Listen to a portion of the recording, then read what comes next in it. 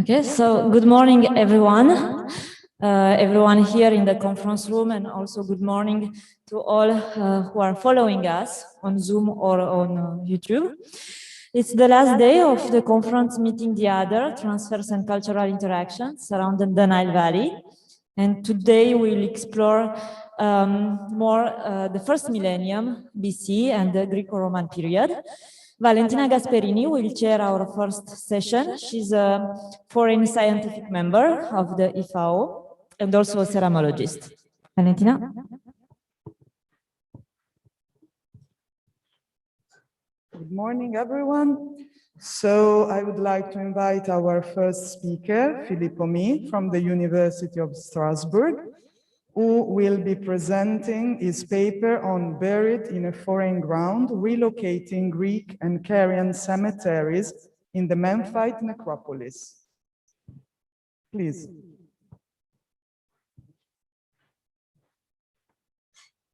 Thank you, Valentina, and thank you all for coming to my presentation this morning. And thank you also for being virtually here to friends and colleagues. And thank you, Elena, for accepting to let me present this part of an ongoing research, which is somehow part of my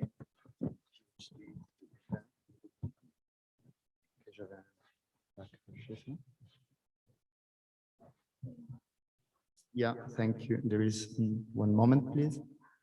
Sharing the screen. Thank you.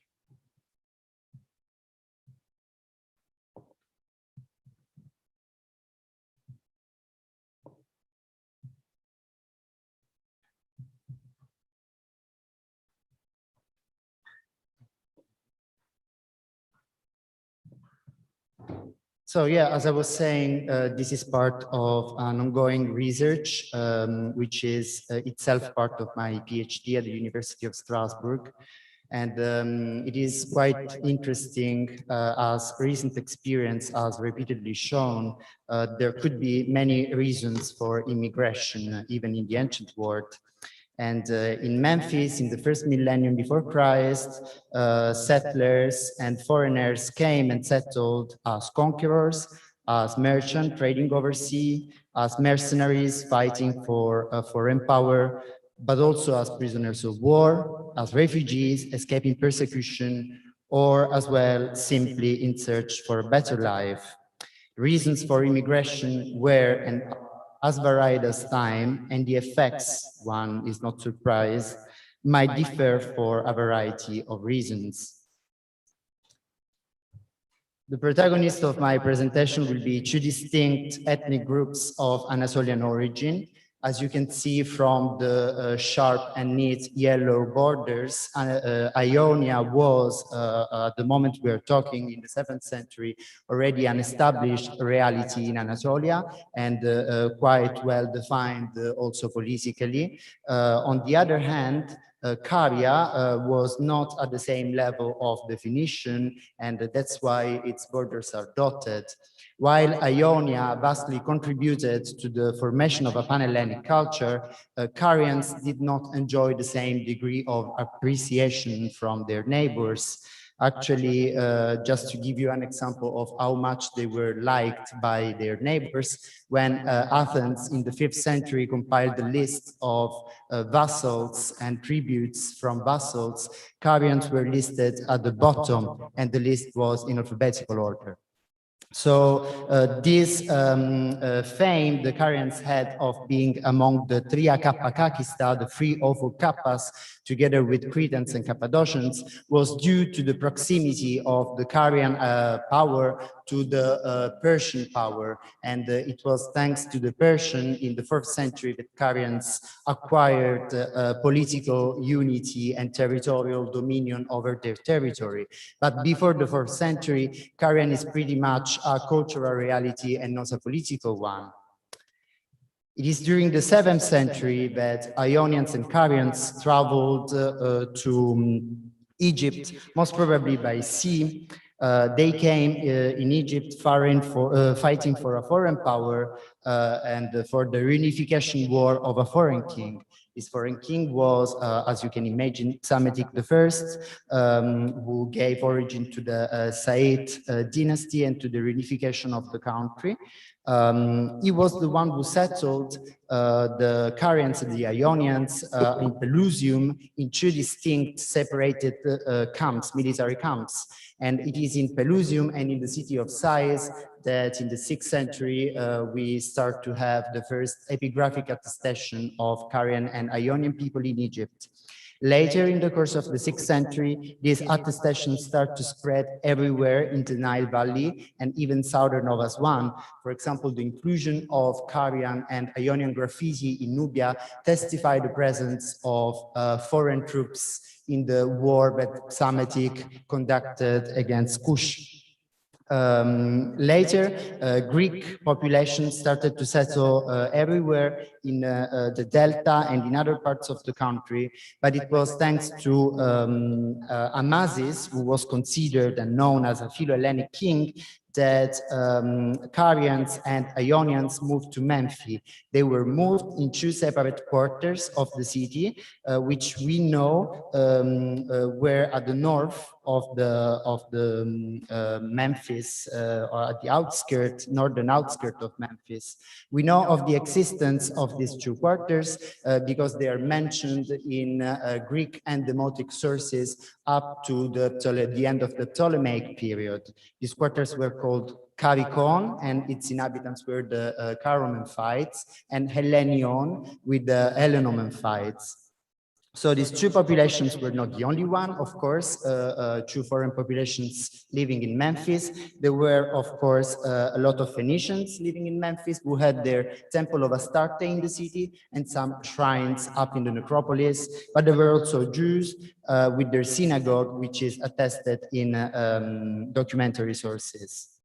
At the time we are talking, and from the 6th century onwards, the Memphis necropolis underwent some radical changes, transforming its core of millennia-old monuments in the main focus of a gigantic city of the dead. The city of the dead was provided with cultic, mortuary, and secular facilities. It was divided up in zones, in different quarters, arranged by the main axis, which constituted the main means for the processional ways and displays of devotion for the main deity of the necropolis, which was the bull personification of Osiris, the Apis bull. And the Serapeum, which you can see at the very center in red of the map, was the main focus of this necropolis. So let's start our research for the foreign evidence in the Memphite necropolis in Abu Zir. It is there that a German mission at the beginning of the 20th century discovered an extensive cemetery of poor tombs.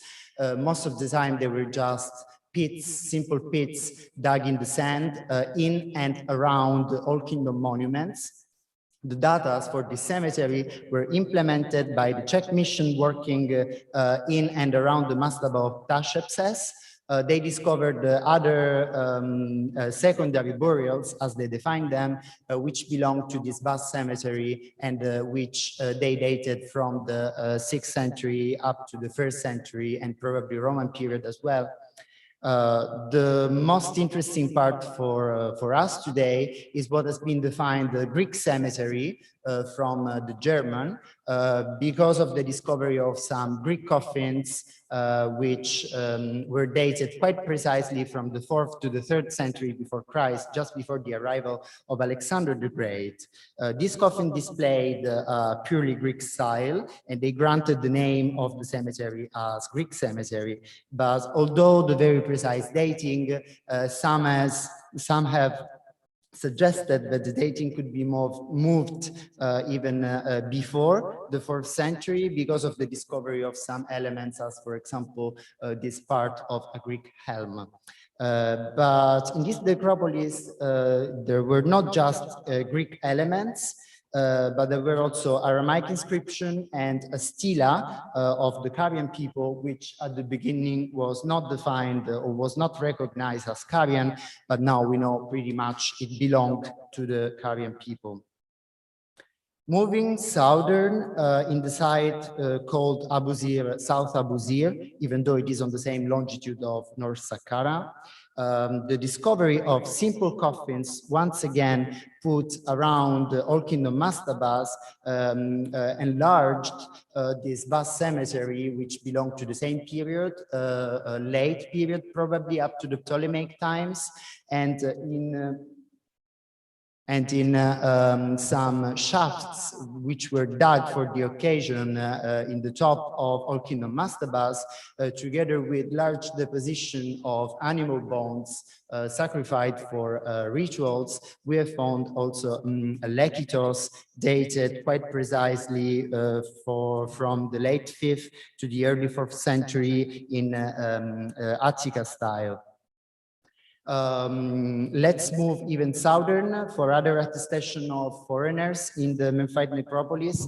As you are probably noticing, we are remaining pretty much in the outskirts of the necropolis, as for example for the Giza El Mudir, where the Saqqara Survey Project discovered, from the National Museum of Scotland, discovered a first millennium cemetery. And in one of these tombs, the one dotted in red, they discovered reused, not in original position, funerary stela, which they dated to the 4th century.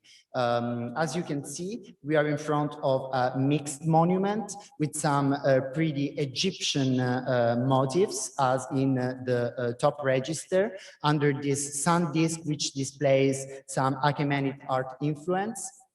But in the bottom register, although with a very Egyptian motif as the motif of the deceased receiving offering, we notice that the owner of the stela is portrayed in his typical Persian garments, with his typical Persian beard, sitting on a typically Persian chair.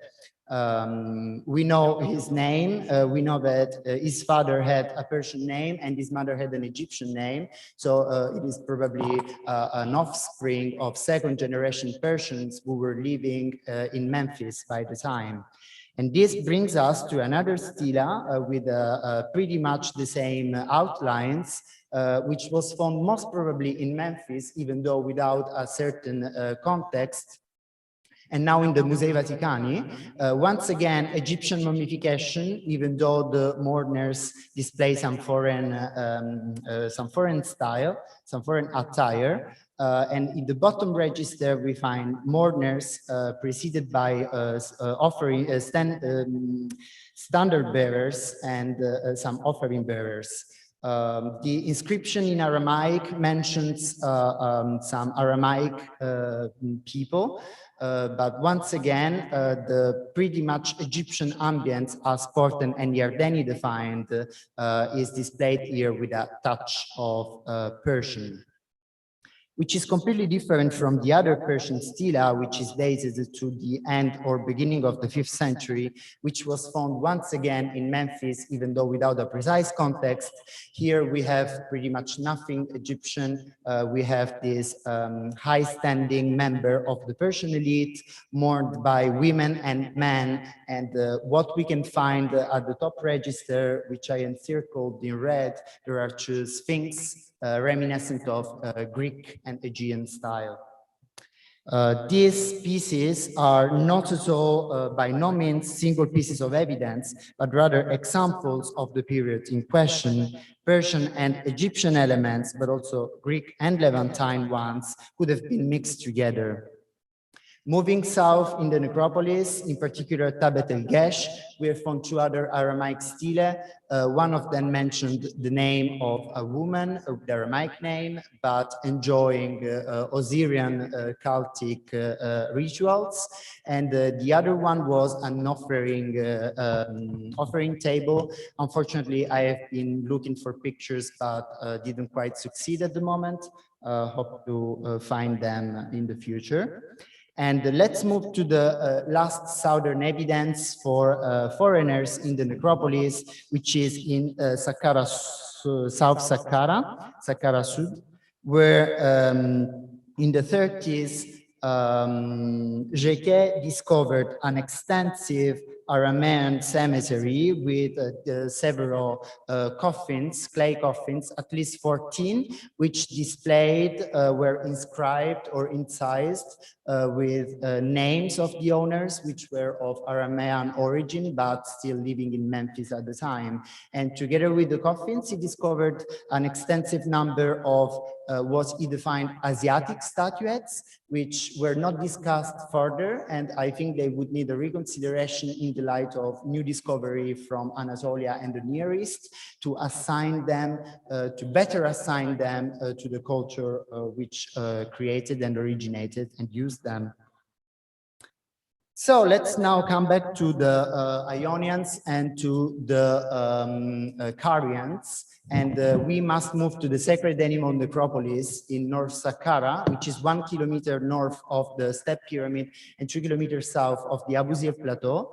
There, thanks to the extensive excavations from the British in the 70s, 80s, and 90s, we have discovered a large number of Carian inscriptions, which are thus far the most extensive corpus of Carian inscriptions ever found. So Carians are most attested, more attested in Egypt than in Caria itself, which is quite surprising and interesting, and I will tell you later why.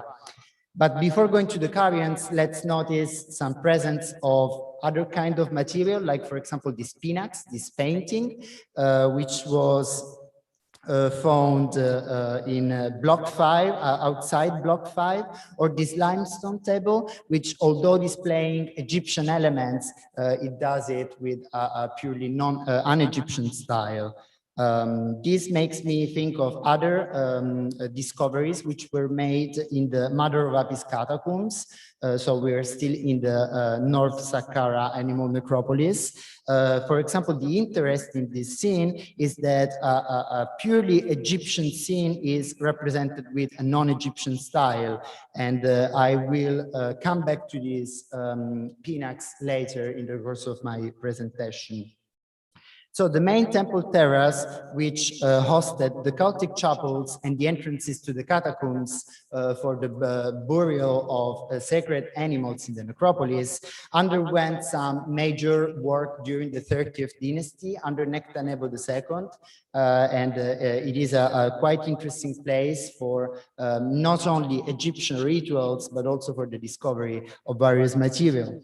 There are 4 different archaeological contexts which yielded some Carian material in the North Saqqara necropolis, in the North Saqqara animal necropolis. And in particular, let's start from the first. It is in the workman huts that archaeologists discovered a concentration of Carian stelae, which were deposited there by the workmen, which wanted to use them as building material for the monuments of the animal necropolis. As you can see here, for example, in the second context, one may think quite crudely, workmen used the stela from the Carians to line and to create the border of votive pits. And it is thanks to this reutilization that we have discovered some very interesting Carian stele, as for example this one, which represents a couple, and although the sun disk is pretty much Egyptian, all the rest does not talk to us of Egypt, but more of Caria itself, because, for example, we could parallel these two figures with some 6th century statuary from Anatolia. Although the haircut of the man kind of talk us of Egypt. There are other stela which were found always in this pit, which represent mixed registers, where we can find at the top registers Egyptian scenes, and at the bottom register pretty typical Carian rituals, as for example the ritual of the prothesis, which was part of the funeral, where the exposition of the corpse was practiced for a long time for mourners to cry. Other stele with this mixed register, mixed iconography, were found in the animal necropolis. And once again, we have the top register for the Egyptian scenes, at the bottom registers for the Carian rituals. Even though there is a duality of meaning, Egyptian scenes are captioned in hieroglyphs and Carian scenes are captioned in Carian language, there is no superimposition of meanings. This means that the inscription don't mean the same thing, and this is why Carian has not been yet fully understood and translated, even though it's been deciphered, because we are still waiting for bilingual inscription which spreads light on the exact meaning of the Carian language. I would like to draw your attention on the central register, where the Apis bow is more or less always represented. And once again, let's come back to the pinax I showed you before. Both the stela and the pinax indicate that the foreign communities living in Memphis developed a devotion to the Apis bow, as we can also see from this votive bronze statuette with Carian inscription below. So they were indeed living in the necropolis and also creating attention to the devotion to the Apis cult. Moving further for the other archaeological context, we have another interesting concentration of a lot of stele in the baboon galleries. They were used for lining niches or for the floor of the galleries. So in a very crude way, reused from the workers. Here we have the typical false door motif without any inscription, without any representation of the disease, not even in the lintel, where traditionally this kind of image was confined. But then what is the meaning of the door and why it gained popularity among foreign populations living in Egypt? As you can see from these images from the stele from Naucratis in the British Museum, or Saqqara now in Brooklyn, and once again British Museum from Naucratis with Greek inscription at the top of the door. So indeed, these foreign populations were understanding something, were conceptualizing something in the representation of the false door, which is a theme which is not foreign to Anatolians in Anatolia at the same period, but was not at all discovered in Caria. So it is surprising that in Caria we don't have false door stele, while in Lycia, Lydia, and other regions we have them. But in Egypt, Carians were extensively using this theme for their tombs. But then I would like to ask you some questions. I asked myself and I asked the material, and I hope someday we can answer them. Why do we only have the stele in the animal necropolis? What happened to the rest of the material? The archaeologists in the necropolis long searched for Carian tombs, but no tomb was recognized as such. As we have seen from the other cemeteries, tombs were very poor, sometimes virtually without any material but the coffin and the corpse. So what happened to the material belonging to the tombs where the stelae were taken from? Where is the rest of the burial equipment? And why do we have only Carian material and not Ionian material in this necropolis? Is it, as someone else proposed in the past, because the Carians, which were so close to the Persian power, did not enjoy the same degree of popularity as the Ionians in Memphis? We are still waiting for an answer. But we most probably know, because we know very well the Egyptians, that the workmen who built and dug the catacombs in the animal necropolis did not go that far looking for this material. They must have not traveled very long for taking, desecrating the stelae and bringing them to the necropolis and using them as building material. So we must interrogate ourselves about the paths and the streets which were probably followed and used in the necropolis, and we must not look that far, in my opinion, for the original ground, burial ground of the Carians. So to sum up, looking at the evidence of foreigners in the Memphite necropolis, we have seen that we have an Aramaic concentration in the south of the necropolis. We have a Greek concentration in the north of the necropolis, as if the foreigners were not allowed to be buried in the center of the necropolis, which was dedicated to other kind of communities of other origin, most probably Egyptian, and the foreigners were somehow left in the liminal and peripheral parts of the city. But then my question is the asset of foreign grounds, burial grounds, reflecting and mirroring the distribution of foreign quarters in the city of Memphis? Is there a communication between the necropolis and the city and the kind of asset of the cemeteries in the necropolis? I think the research must be carried between the north animal necropolis and the Abu Zir Plateau, because we have not yet found a cemetery which could be defined pretty much as Carian or Ionian for the moment, because the other one we have found is too late in date. But then I think we would need a lot of research on this, because it could not only spread light on the distribution of foreigners in the necropolis as much as in the city probably, but also give us new evidence for the translation of the Carian language, which still awaits full understanding and translation. And I thank you for your attention, and I welcome questions.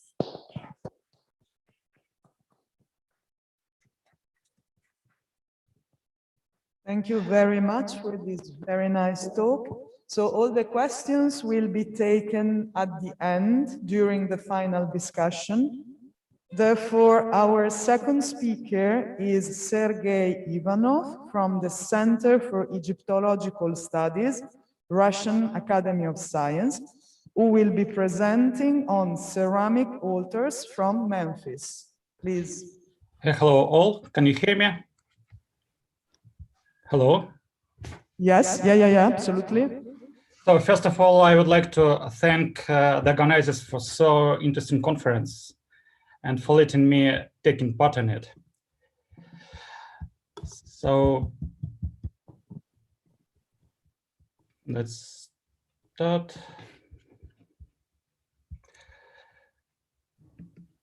Since 2001, the Center for Egyptological Studies of the Russian Academy of Sciences is working at the site of Komtuman, which is the northern part of ancient Memphis ruin field. So here how the site looks from the space, and the main landmark of the site, of course, is the famous Palace of the Apres, which was excavated in 1909 by William Flinders Petrie, who was lucky to see a lot of features of it, like the Great Hall, different rooms. Unfortunately, not much can be seen anymore. Peter also made trenches around the palace, and he was able to establish that to the east of the palace, there was a big military camp where, as he believed, lived mercenaries brought by Apries to guard him.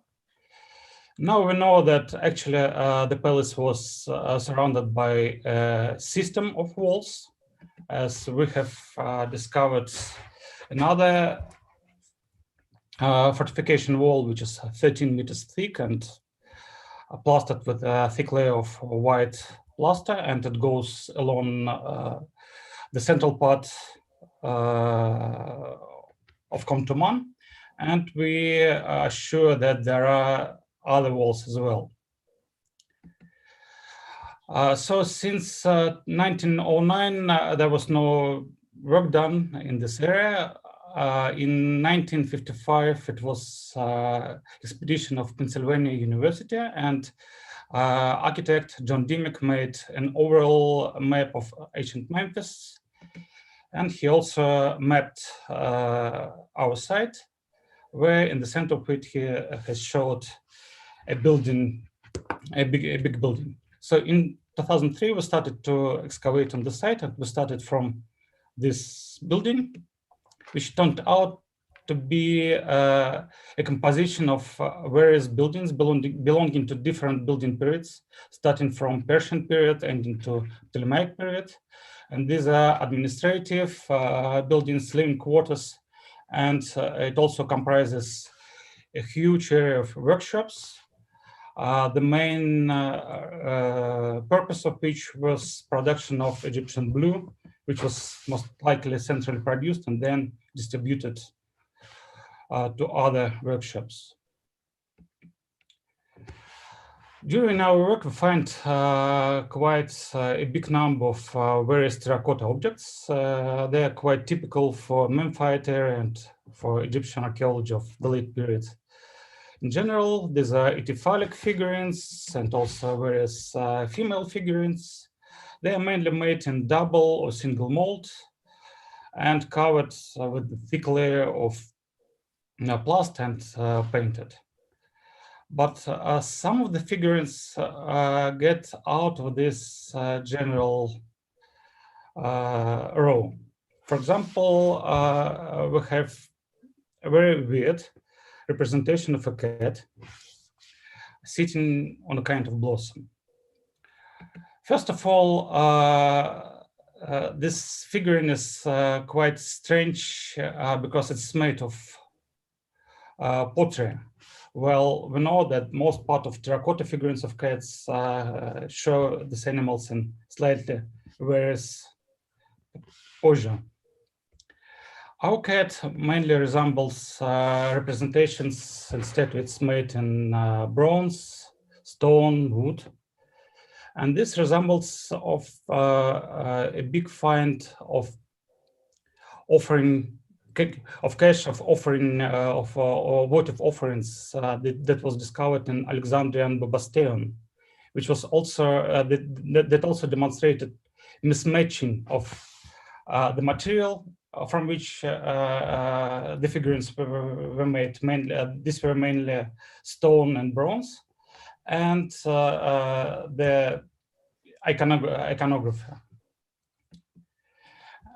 And this, as well as other observations, made excavators to suggest that Alexandrian Babastion was mainly used by foreign population of Alexandria who tried to worship Egyptian gods.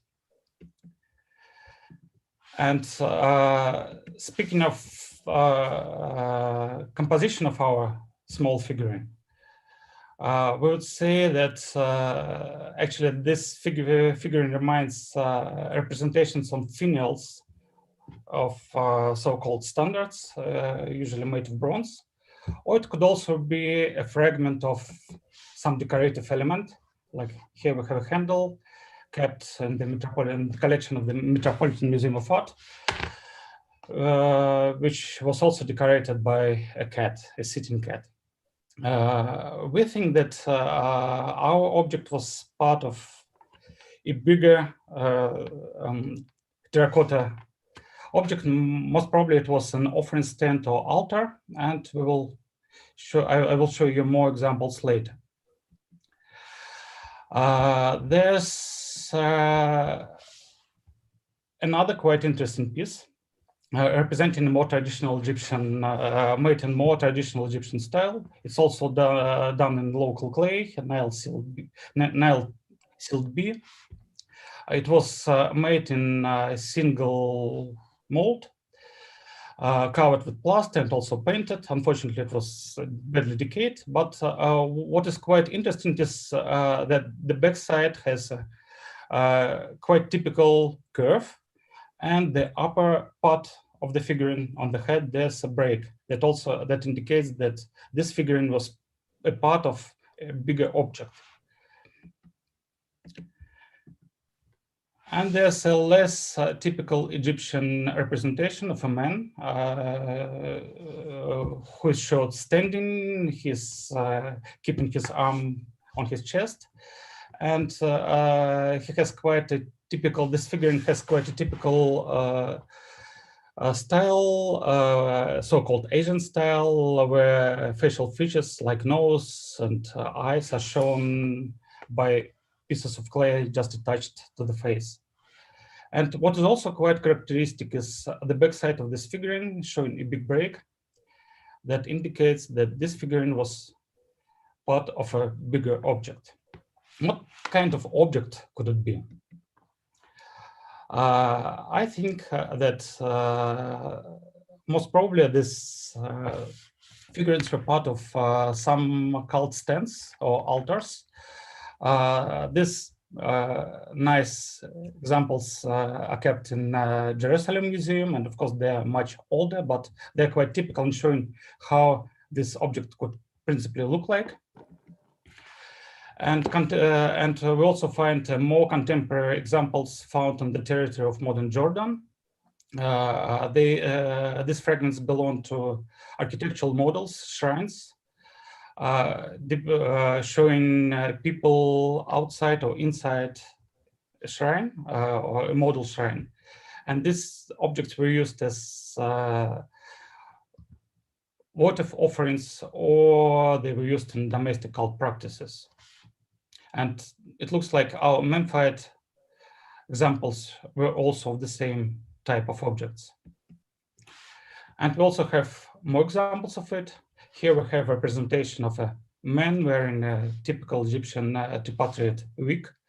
Unfortunately, again, his face and most part of the figurine is broken, but we can see that there's quite a typical Egyptian image, but there's quite a weird also decoration with the red color. And again, we have 3 breaks on its head part, and the figurine also continued downwards. And it certainly indicates that this was a part of a bigger object. And that's also quite an interesting sample of another kind. It's a typical, again, Asian figurine showing a man with eyes and nose marked with pieces of clay attached to the face. And again, on its top part, we have breaks indicating that this figurine continued upwards. And again, parallel to this figurine we find on the territory of Jordan and at the site of Atarus. The fragments belonged to so-called fenestrated altar. And it could also be used as a votive offering, or it could be used in domestic context as well. And our fragment from Memphis is quite resembling this big object. And to finalize, we think that the objects from Memphis were ceramic objects shaped as architectural models and decorated with human and animal figures and floral motifs. Such objects were common in the Syro-Palestinian region, where they were used as votive offerings or they were part of domestic religious practices. The altars from Memphis were made of local clay in local workshops. Their production could be encouraged by immigrants from the Levantine area, and these immigrants formed a significant part of large and multicultural population of ancient Memphis. It is interesting that these objects were made both in original Levantine and Egyptian style. And this can be considered as markers that the immigrants who lived in Egypt tried to adapt to local culture. And at the same time, that the local culture, local Egyptian culture, was absorbing elements brought to Egypt by foreigners. And what is quite interesting that what we have is also traced not only in this so-called cult objects, but it can be seen on various finds from our excavations and in particular in pottery. And this will be the subject of the next paper. Thank you very much. I think I took my time and I didn't take more than needed. Thank you. Thank you.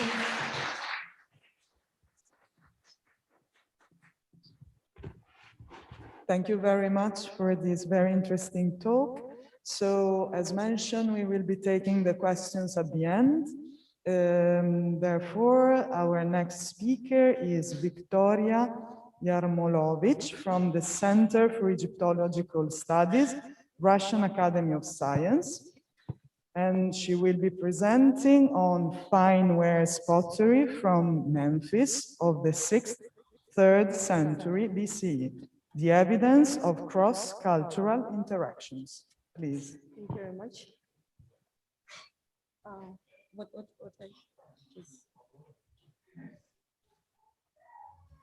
Yes.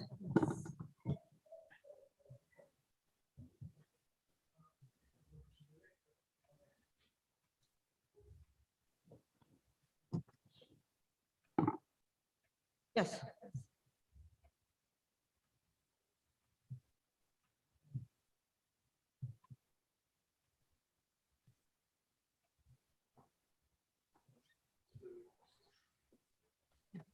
Thank you. Yeah, at the beginning, I would like to thank the organizers who accepted my application. It's very nice to take part in this conference. Yes, as Sergei said, I'm going to continue the speaking about our excavations in Memphis. And as Sergei said, we're working in Memphis, Komtuman, and most part of our material is presented by pottery, of course, and we have a huge amount of pottery, which is typical for cities, and the majority of material is dated to the late period,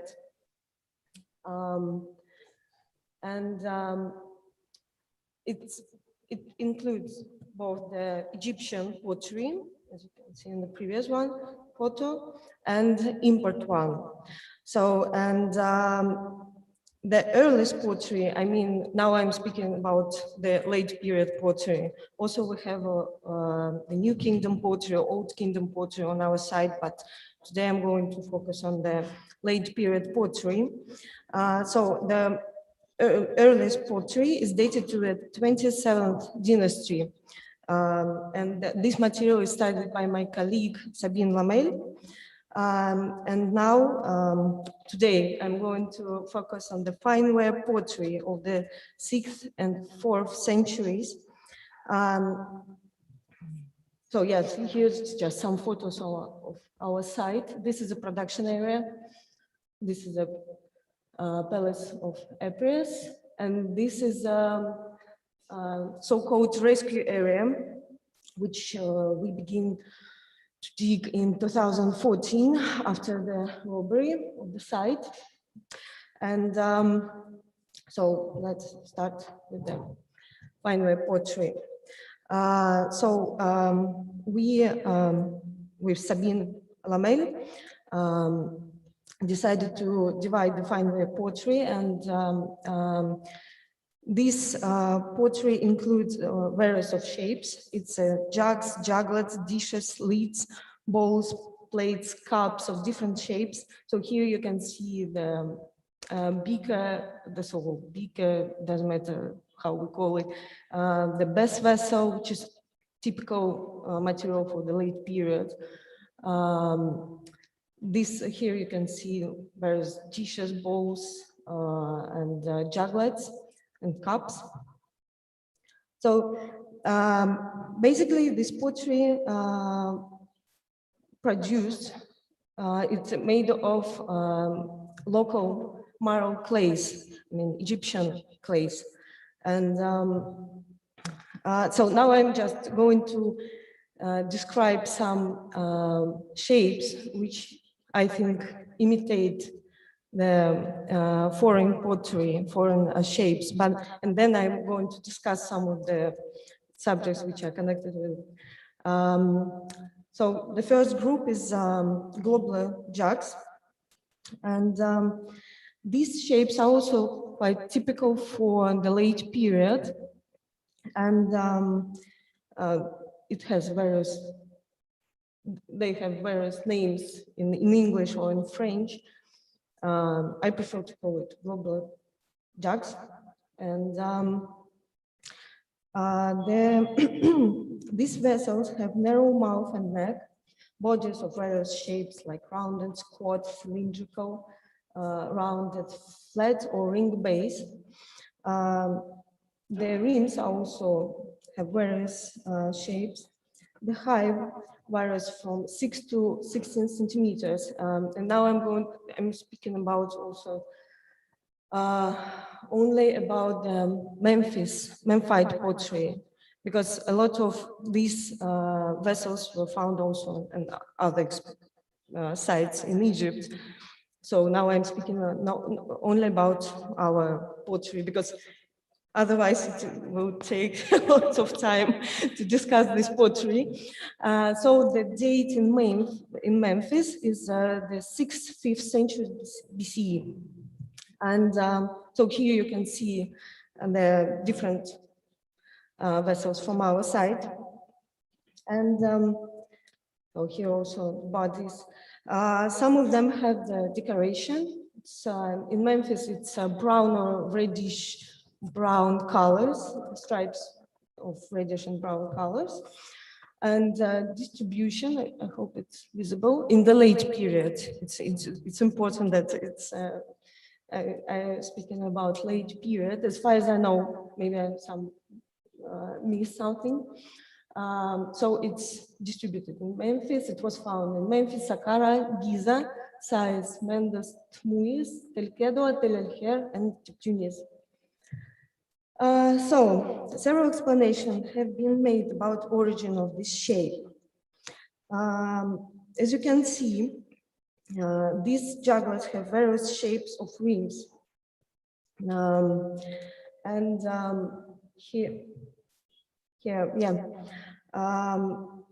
At some point, Catherine Defenez, who is studying pottery from Tel El Her, and I've seen that she is with us today, which is very, very good. Catherine Defenez, in her study of the pottery from Tel El Her, have noted that the shape and decoration of these jugs, I'm speaking now about the jugs which is on the screen, with quite simple rims.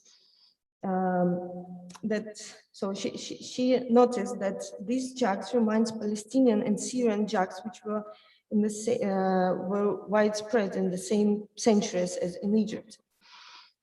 And at the same time, we have juglets. So this is not from our side, but it's from Giza excavations of our colleagues in from Institute of Oriental Studies. Also, we have some jugs which are have more complicated rim. So in this case, there is a theory which is quite, so it seems logical to me that these juglets imitate the Greek lekythoi. So the juglets, yeah, so this one is from Giza on the left, and on the right there is our juglet. And here you can see the black glazed lekythos. So it's, for me, it's quite logical that these are imitations of the Greek lekythoi. So the second one is, the second one group is under the question, unfortunately, because I still have to find more analogies, I think. But I decided to just to show you it's Ungentaria or bottles. These vessels look like very similar to the juglets, but this one doesn't have the handle. The handle is is important feature of globular jugs, which I discussed before. And unfortunately, we have only 2 of them for this moment. They have a colored rim, narrow, short neck. And yes, as I said before, these are quite rare on our side. And it's dated to the 5th, 4th century. When I was trying to understand if it's a juglet or it's something else, I just understand that it has different it has a different shape of the. Yeah, this is one. This one is complete from the Petrie Museum, and I found out that our shirts look like more like early version of Ungentaria, which was spread in widespread in Greece in the 4th century. And Ungentaria was used to keep the perfumed oils. And yeah, this is quite logical for quite small vessels. And probably, yeah, so this is a preliminary suggestion that these vessels from the Memphis imitate the 4th century shape from, I think this one is from Athens. Yes, it's a Rotrov publication. But here, as I said before, it's I couldn't find, maybe I missed something, but I couldn't find a lot of analogies for this shape in Egypt.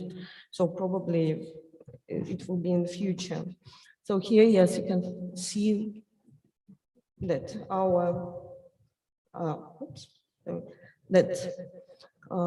I think this one is quite close to the Memphis fragments.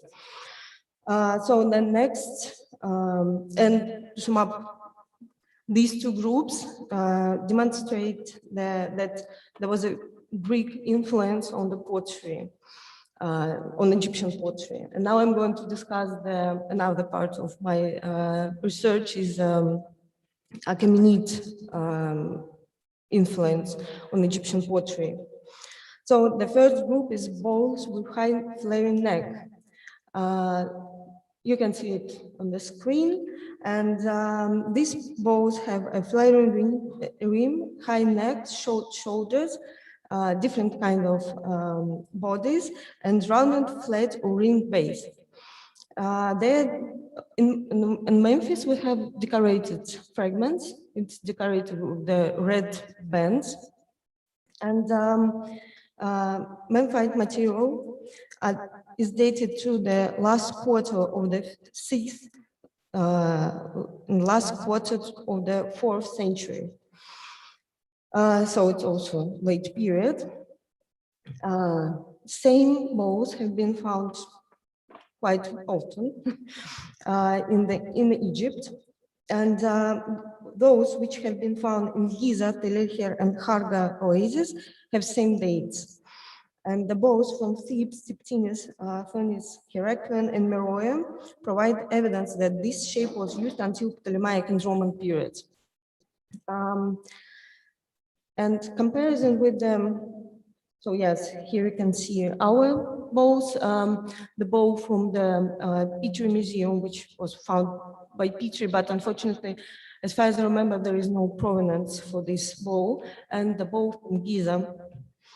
Comparison with the vessels produced outside of Egypt has shown that this type of shape existed as early as approximately in the 11th century in Assyrian Empire. They were highly popular then. They were highly popular in the 9th, 7th century during the times of Assyrian Empire. So the date of 11th century is, the person is not sure, but this is the earliest date for these bowls. Then the production and use of the bowls with flaring rim continued under Achaemenid Empire until at least the second quarter end of the 4th century. And yeah, they use it to drink the different liquids like wine during their feasts. And as I said before, yeah, they produce it. They made of different type of material in glass. So, yeah, in glass, stone, also in the clay, bronze. These two bowls is from the Petrie Museum again. And also it doesn't have the provenance, unfortunately, both of these bowls. And as I found out, so this is not new information, but still, these bowls were depicted also in the Persepolis, in the Apadana reliefs. So this is the scene of the burying the different kind of things to the king of Achaemenid Empire. And also we have the depictions in the Petaseries tomb in Tun el-Gebel, where we can see that they produced these bowls in Egypt. This is quite, I know that this tomb is dated to the, I think to the Ptolemaic period, but still it means that they could produce, Egyptians could produce these bowls in Egypt. During campaign in 2015, we found a quite weird, in the beginning, we thought that it's very strange fragment of the vessel, which a handle with a hole which goes through it. So in the beginning, we couldn't understand what it was because it looks very strange. But then I have found this amphora from Saqqara, from the British Museum, so from the British excavations in the New Kingdom necropolis. So this was published by David and Barbara Aston, and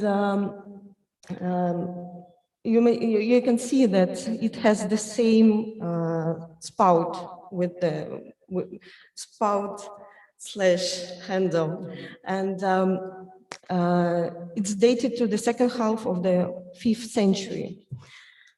Oops. Yeah, so so here it's one of this handle, it's our handle, and I just decided to put it and to see if we are right in the orientation and so on. So it's very good. And also, this type of amphora was widespread in Achaemenid Empire. As you can see, it's also reliefs from the Persepolis. And as far as I know, this amphora widespread on the territory of Achaemenid Empire. So it's even was founded in one of our colleagues who's working in Russia. They found this silver amphora of this type in one of the Russian sites. Yeah, he showed me it. And so this shape is also very rare as far as I know, but also I can't find any parallels except this one from Saqqara. And the last group under the question also, then I will speak about it, why it's under the question. It's a beakers with modeled neck. This also quote, it has various names in publications. These vessels have a flaring or direct rim about of various shapes on neck or shoulders, cylindrical, ovoid, or bag-shaped body, and ringed and flat base. It could be decorated also, and in Memphis, it existed from the 6th to 1st centuries BCE. And the distribution in the late period, you can see on the screen, so quite a lot of parallels for our site. So here just several shorts from our site. Unfortunately, we have only one complete, and this one, the complete one, was reconstructed from two shorts. So unfortunately, we don't have a lot of complete one. So these are from Saqqara, Giza, and this one over the side. So, but on the photo from the Peter Museum, this one is dated, as far as I remember, to the Ptolemaic era by Janine Bouillon.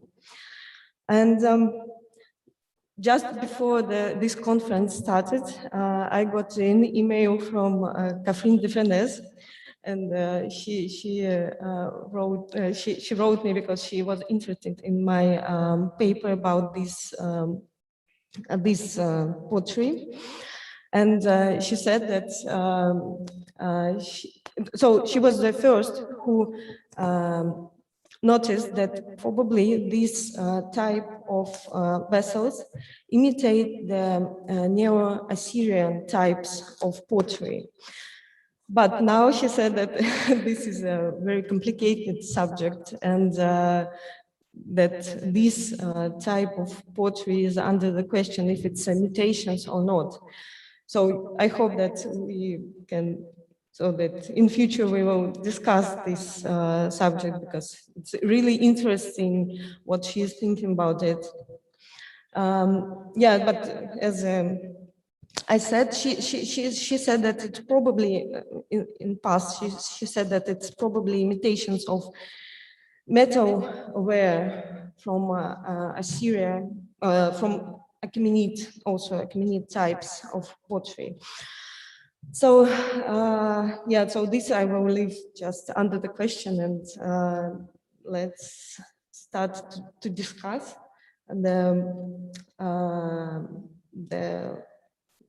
some of the aspects of this, which is connected with this pottery. In the beginning, I thought that I'm going to discuss also the Greek influence, but then I decided that the Greek influence in Egypt is quite well known. So we know that the Egyptian imitate the Greek amphora, liquid black glazed pottery, of course, and it is quite usual for the pottery in this period, and I decided that I would like to discuss the Achaemenid influence, because I found it's quite interesting subject, but unfortunately not so many publications. We have not so many publications as about the Greek pottery. First of all, I would like to say that the copying of foreign pottery, it's quite just quite logically for this late period context, because during the late period, Egyptians have a lot of contacts, trade, or also there was some cities as Naucratis and Daphne, which was a colonies of Greeks. So it's quite logical that they have some connections with the Greek, who has their own culture, and of course this influence could be the vice versa. So Egyptians can influence on the Greeks, and Greeks influence on Egyptians, and yes, but when we start to speak about Near Eastern influence on Egyptians, it's quite a complicated subject. One of the vivid example is the imitations of emperor. It's so-called torpedo emperor, torpedo jars, the special type of emperor which were transported from Levantine region. And here you can see the jar on the left, it's import. So these both are from Memphis. On the left, it's a real import. So we know it because it's made of foreign clay. And on the right, it's a copy of the import, the Egyptian copy of import shape, made of Nile-sealed clay, covered with the beige, I think, or whitish beige, I don't quite remember, sleeve, which is quite interesting because Egyptians, this means that Egyptians were trying to hide the real color of Nile-sealed clay, which is a brown or reddish, and yeah, this is quite interesting subject. And so yes, this is an import one. Unfortunately, I don't have the photos of the Egyptian copy. And the practical aspect of adopting foreign pottery can be seen in the numerous examples of emperor, so as I said. This phenomenon is well known in Egypt. So we know that there are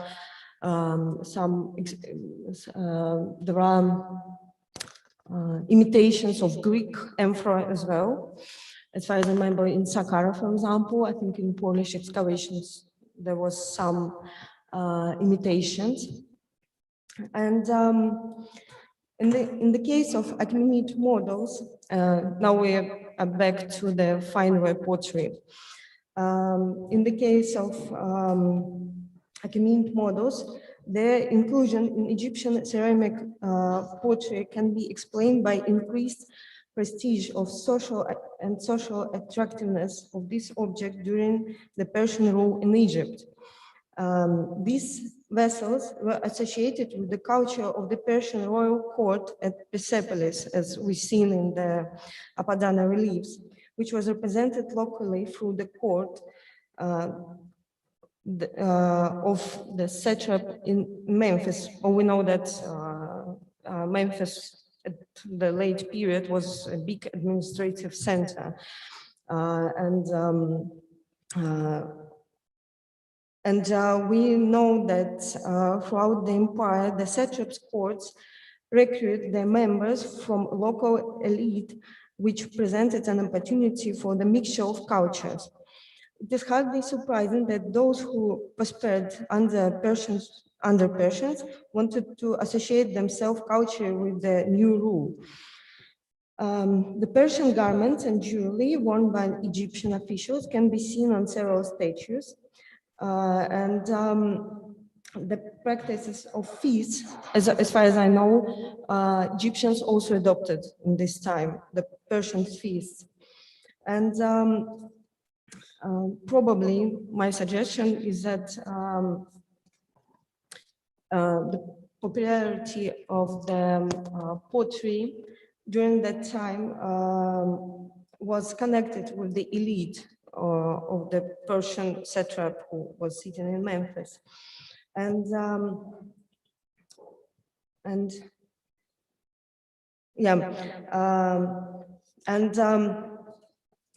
also we can see that the clay, so these vessels was found also in this one is, I don't remember. So anyway, it's from the Achaemenid also territory. And you can see that this is not one the imitation, but I just want to say that these vessels imitate the vessels made of some precious materials like gold or, for example, stones and yeah, so these are not the bronze, but they're made of clay. It's easier to make the clay, the vessels of clay than in some precious materials. And this is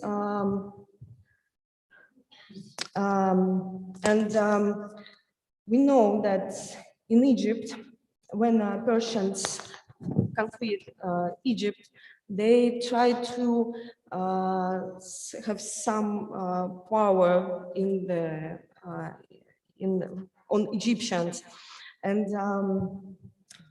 they made an effort to draw the people of Egypt to their side. In order to achieve this, Cambyses personally took part in Egyptian religious ceremonies and went as far as depicting himself in local costume, kneeling in front of Egyptian god. Darius, as you can see on the screen, paid a large sum of money to find a new Apis when the sacred bull died. According to Diodorus, he even studied Egyptian theology and restored the temple of Ptah in Memphis. Inscriptions in Egyptian temples indeed record Darius as a rich donor to the Egyptian gods. Also, there is evidence that some of the stelae at Saqqara even explicitly called Darius the king of Egypt. And also, we know that the Persians had the marriages between Egyptians, and it is also known that the Persians admired Egyptian craftsmen and took some of them back to Persia. Interestingly, that archaeological material from other territories conquered by the Achaemenids in Central Asia, Georgia, Azerbaijan, and Asia Minor includes artifacts that have been crafted locally and that were styled upon Achaemenid models. So as we can see on the Apadana reliefs in Persepolis, there are depictions of foreign delegations bringing gifts to the Persian kings from all the corners of the empire, including vessels that in shapes and style are crafted after Achaemenid objects. We can only speculate how, where, and why, and by whom these gifts were manufactured, because it's really difficult to understand if there was, if we're speaking about Egypt, if there was Egyptian potters who imitate the import vessels, or it was the Persians who just trying to produce their own pottery with Egyptian materials. And the Achaemenid style gifts brought by concrete nations depicted in these reliefs point to the special agenda to Persian rules. Foreigners should be familiar with the Persian material and culture in order to please the king and show him their loyalty. Yes, this is also under the question if the people who were produced just pottery. As I said, the pottery is quite cheap. It's cheaper than metal vessels, for example, and it's a really big question for whom they produce it. So we know that in Memphis there was a Persian. The Persians were living there. So as far as I remember, it's yeah, there are some written sources about it. And so once again, and to sum up, as we can see, the fine ware pottery from Memphis have morphological features similar to Achaemenid and Greek vessels, made of clay. And the fine ware pottery is actually, it's one of my questions to the pottery. It's if it's made of only Egyptian clays, or we have some imports which we can't to determine, because some of the clays really look like Egyptian, but it also can be import one. And so this means that we need to make a petrography, but maybe it's for future. It's also very interesting if we can understand how active this Achaemenid influence was, because we know that Egyptian, especially in the Ptolemaic period after, they influence a lot on Egyptian culture. And my question is, so it's also for future, because it's this study is ongoing and it's not the final point in it. And it will be interesting how big this impact was. And did Egyptians or people who produced these things, I speak about the pottery, used import objects just for inspirations and did something new, just use their tradition and foreign one, or they just copy it completely. So yeah, thank you very much for your attention.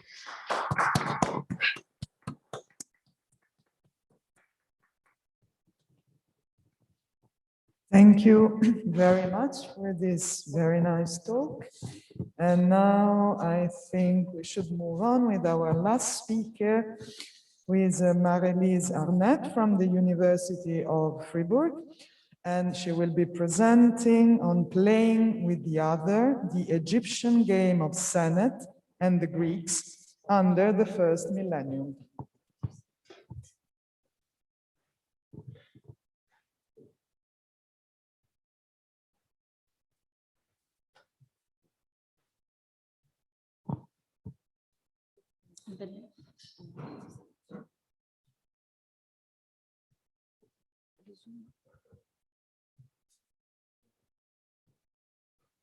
Zoom.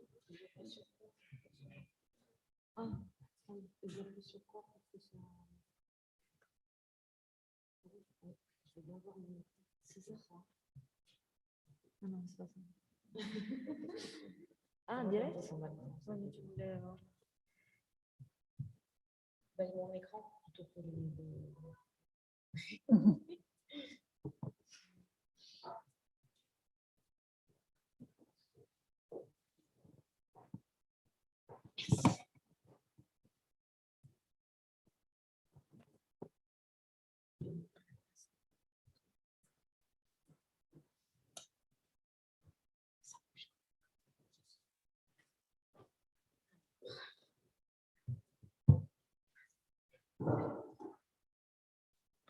So good morning, everyone.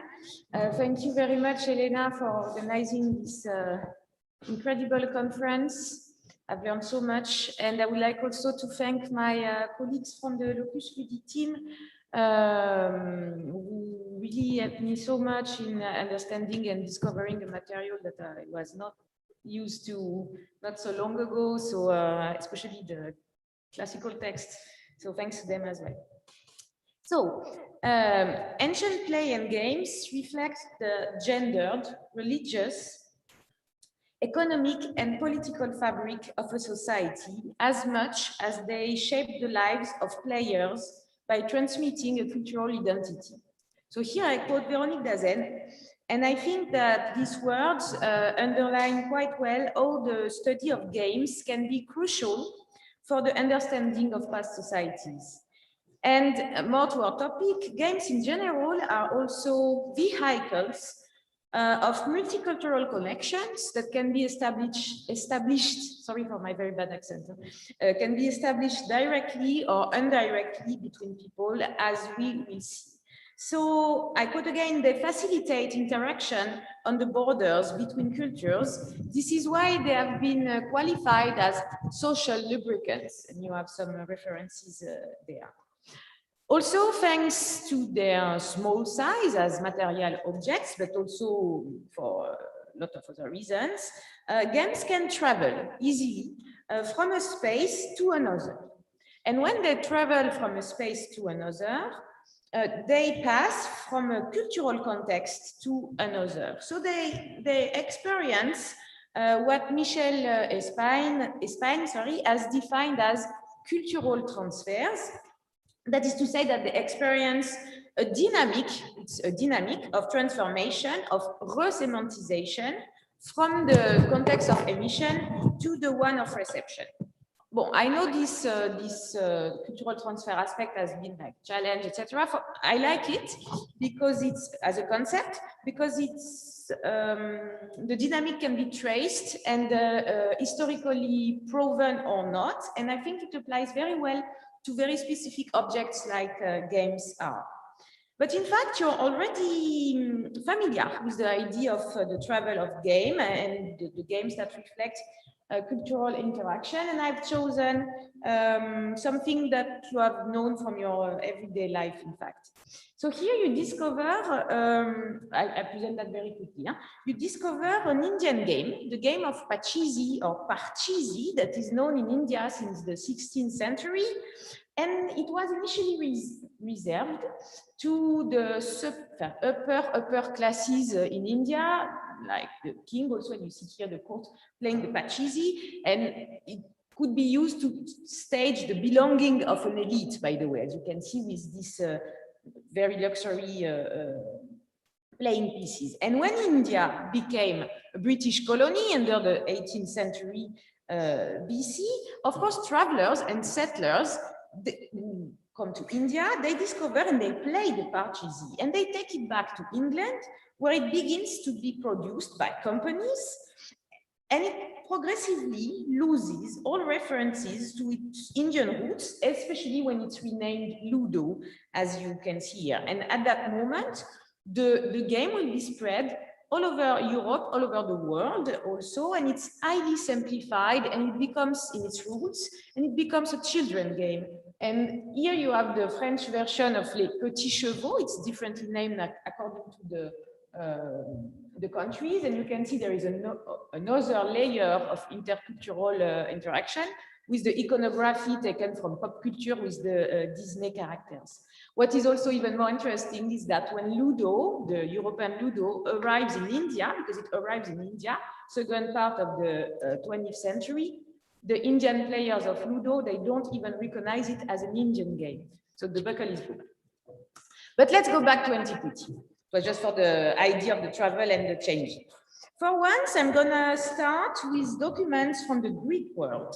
And in Greece, in Attica to be precise, during the archaic period, board games appear in funerary contexts, inside or in the vicinity of some elite tombs. And the earlier example dates from the mid-7th century from an offering trench of a cremation tomb in Vari, a necropolis in southeastern Attica. So as you can see, it's a miniature game table, the top of which is decorated, as you can see, with 5 lines. So in fact, it's quite easy to recognize there a Greek game that is called the pentagrammai, the 5 lines that you discover on this engraved version in the temple of Leto. It's a kind of race game, let's say, that is to be played with a dice, as was described by Julius Pollux in his Onomasticon. So in our Vari table, you see 4 feminine mourners on the corners, which attests that this object was created especially for the tomb and was not played in everyday life. Alors, until now, we know, I think, 4 other tables like this, including this one, which is very famous, from Kerameikos Cemetery in Athens, which is also a pentagram. Sorry. So, for some scholars, the presence of game in a Greek funerary context only indicate the will to take earthly pleasure into the afterlife. For others, they would be, above all, object of prestige. But for some others, it shows that they are symbolically associated with death, whatever it should mean. So, as an Egyptologist, it's not for me to decide, but the question interests me since a certain number of these scholars wanted to see in this link between the board game and death an Egyptian origin, an Egyptian influence, even if I do not like this word very much, because, not for my case, because it's a bit vague and doesn't show the dynamic. So the same applies to a very particular iconography, that of Achille and Ajax, the heroes of the Trojan War, playing together at Pentagrammae. And this iconography was very popular in Attic vase painting. There are about 170 examples that are known to date, dated in between 440 and 4080, and the most famous of these vases bearing this iconography is this one, a masterpiece by Exekias, that is supposed to come from a tomb of Vulci. And indeed, at least when the vases are complete, we suspect they come from Etrurian tombs, because as you know, Attic ceramic had a lot of success in Etruria, but it might be a source effect. So this iconography rose a very wide range of interpretations that it's really not for me to develop. You have the references there and I would not be able, but let's say it might be, as Veronique demonstrated, linked to the construction of heroic, aristocratic, and civic identities through ludic iconography. No matter what, this iconography and the fact that it was the vases were supposed to be deposited in tombs or did, explains that some scholars here again wanted to see a funerary meaning in this ludic scene, and through this, an Egyptian influence. And this dates from the 19th century, as you can see, with Louis-Aimé Bec de Fouquier, pioneer in the study of the antique games. So, selon le symbolisme égyptien, la béatitude dont jouissaient les sages dans l'autre monde. And it goes on through the 20th century, notably with Émilie Vermeul, who has been followed by many. Wanted to see the funerary meaning of the Senet game in the Greek practices and economics. But what is a Senet? A Senet, it's a board game, as you know, with 30 squares, organized in 3 rows of 10 squares, some of them being marked, as you can see, that is played among 2 players, each one having 5 to 7 playing pieces, depending on the period of time, and whose progress on the board depends on the throwing of sticks or of knuckle bones, and obviously not with dice. At least for the moment, it's not attested that dice could be played with Senet, or with any other game, by the way, for the moment. There is a general agreement that the Senet is to the playing pieces go on the board in a Z shape, like you can see with this drawing, and that the victory depends on the throwing and the randomization objects that you have seen, and also on the strategy of the player. The Senet could go back from the 4th millennium BC, and you see here the first one that seems to be known to us from the 4th millennium, tomb of Nagada I, very rich tomb. By the way, the tomb of a woman in the cemetery of Elma Asna. Bon, note that for Stan Hendricks, this would not be a Senet board, but it would be an offering table.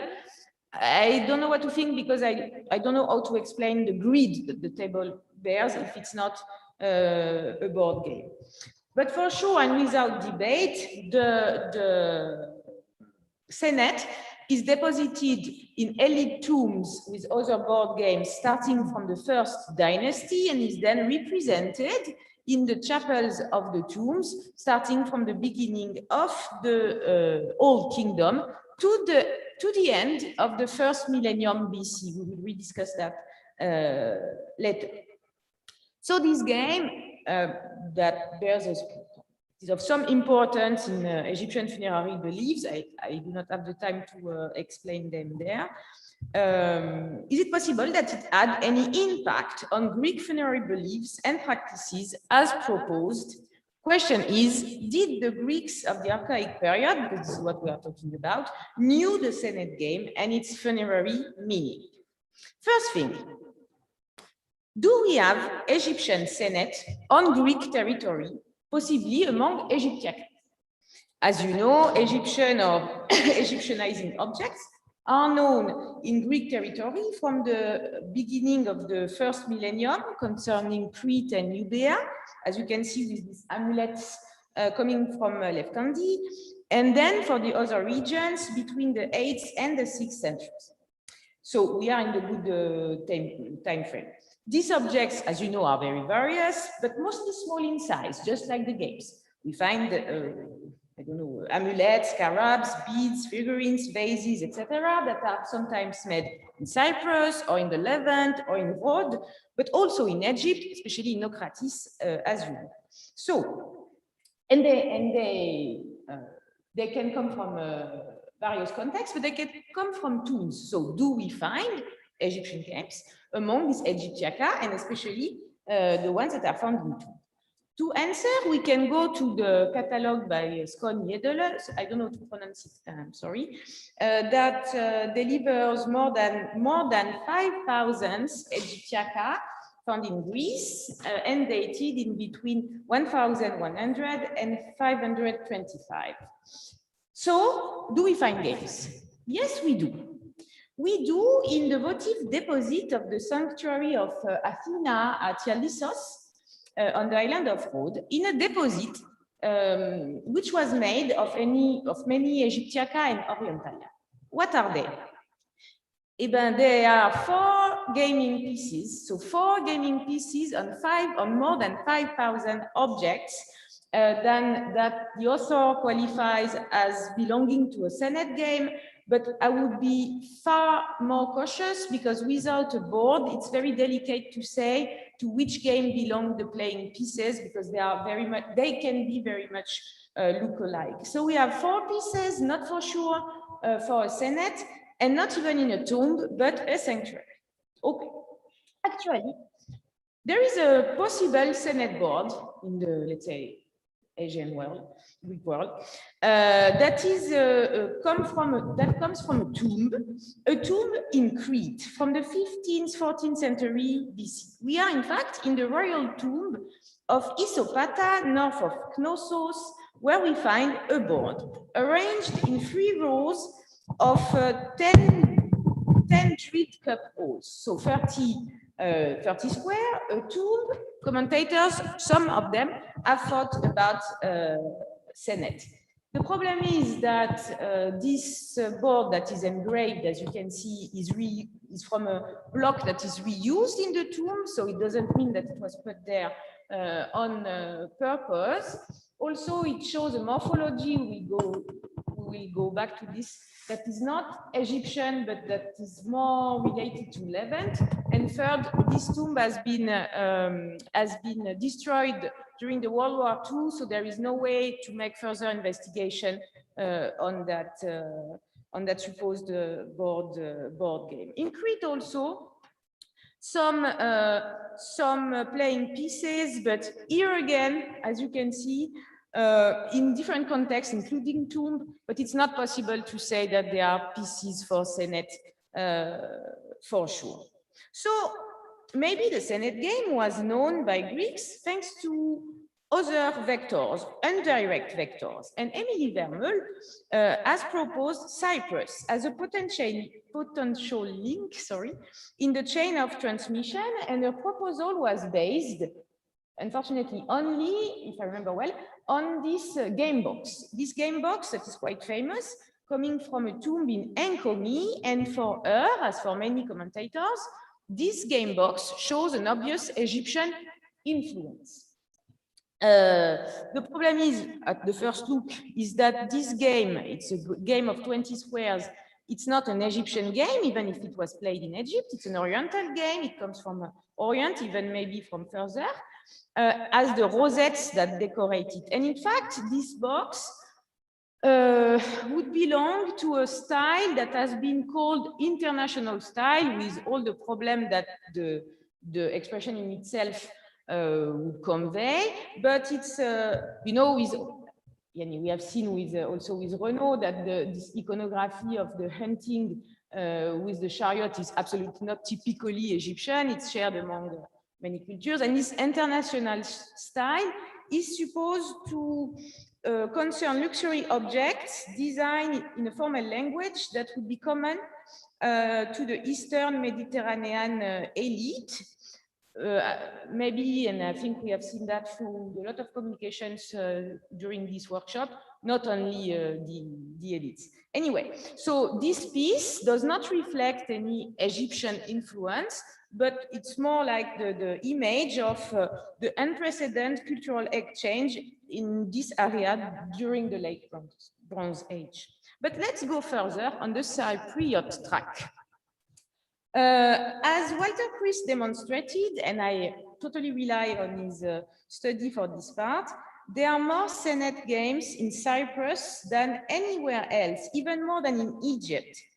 And 4,000 examples are known all over the island, in their vast majority dating from the Bronze Age and fallen out of fashion during the Iron Age. And as you can see, they are non-elite objects. They are simple objects made in local stone with 30 cup holes and not with squares. So with a morphology that is different from what we can see in Egypt. They are found in every archaeological context, also in cemetery areas, but their role there is a bit complicated. And in, I think, 2 examples inside tombs, so it's very rare.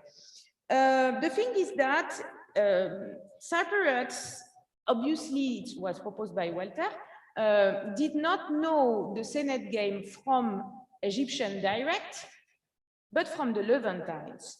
And we can say so because this, let's say, strange morphology with the cup holes that are drilled precede Cyprus in the Levant, as you can see here, with examples coming from Arad, where 50 boards were found, dating all of them to the early Bronze Age too.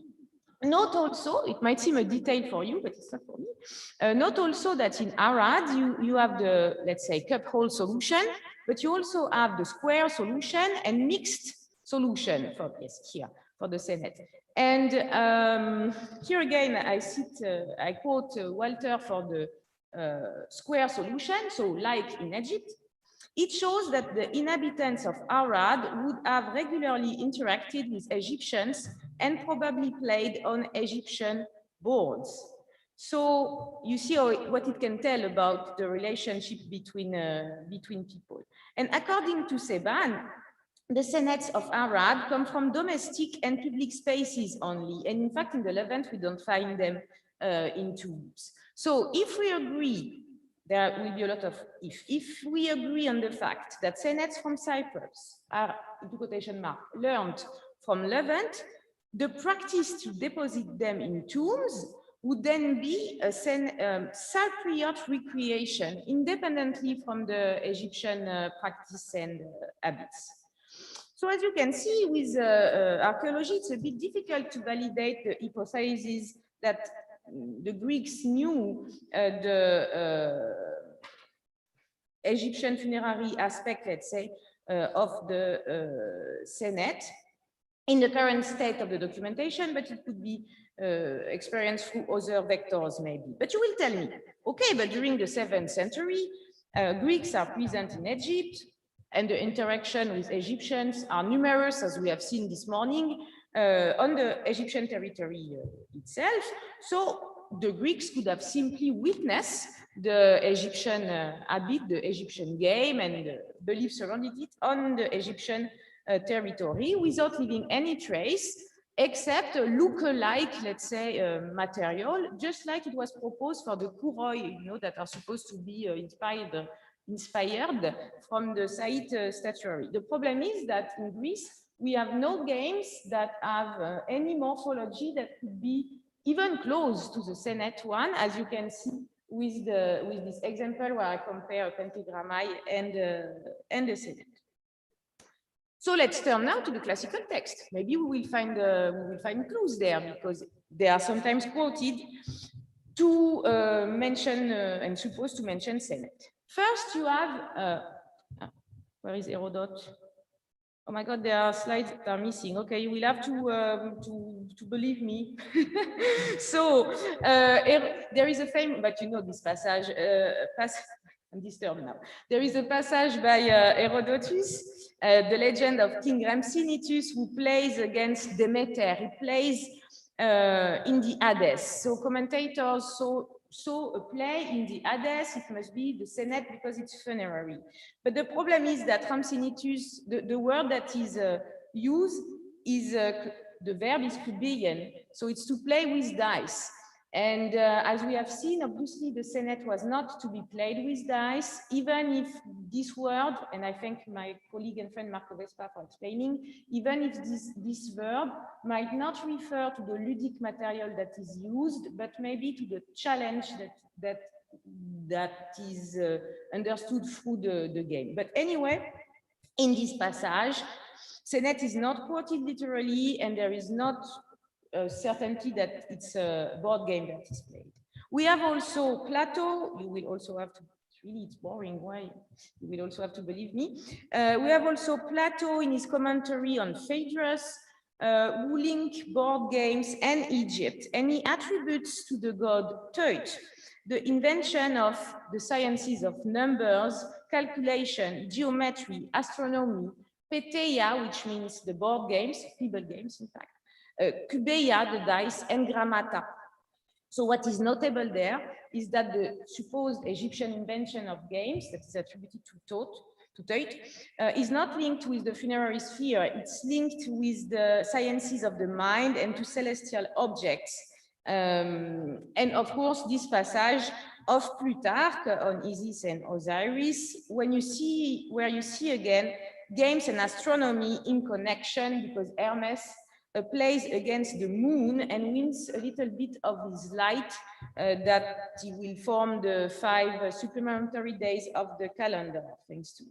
So board games, astronomy, and calendars are here put together, just like we will see in Egyptian sources. So very quickly, I will try to show you, because I'm already late, I will try to show you what the Senet becomes at the very end, during the first millennium BC. The most important thing is that it seems to lose most of its funerary meaning. In fact, it's not deposited anymore in tombs. It's not represented, starting from the 21st dynasty, as far as I know, in the vignette of the chapter 17 of the Book of the Dead, even when it's quoted, and it's very rarely represented in tombs, only in archaic relief, let's say. And in fact, the game takes a new meaning. And we have seen that in Plato and Plutarch, game boards have a special link with astronomy and perhaps with calendars. And this is also to be seen in documents coming from Egypt, like you can see with the papyrus Oxyrhynchite 470, that deals with the fabrication of a clepsydra and of an object that is called a pesoterion. And the pesoterion is described as having, at first you don't know what it is, but it has 30 squares. It has plain pieces, by the way, being named kunoi, the dogs that might be Greek a bit, but we can discuss that. So obviously, it's a game and maybe a Senet game. But what is the link with the clepsydra? It might be understood thanks to a status of Thessaloniki, who describes an object that is a peteterion. So you have the root peteia. A peteterion, a small square block, is engraved with signs on which the Egyptians carefully study the movement of the sun, the moon, and the eclipses. So this celestial aspect is also to be found on this Senet piece that is dear to my heart, where that mentions the light of the moon. So linking here again on Egyptian material, the moon and the game. And by the way, this object has been reused in Roman time, certainly reused in Roman time, to crush medicine for the eye. Medicine for the eye,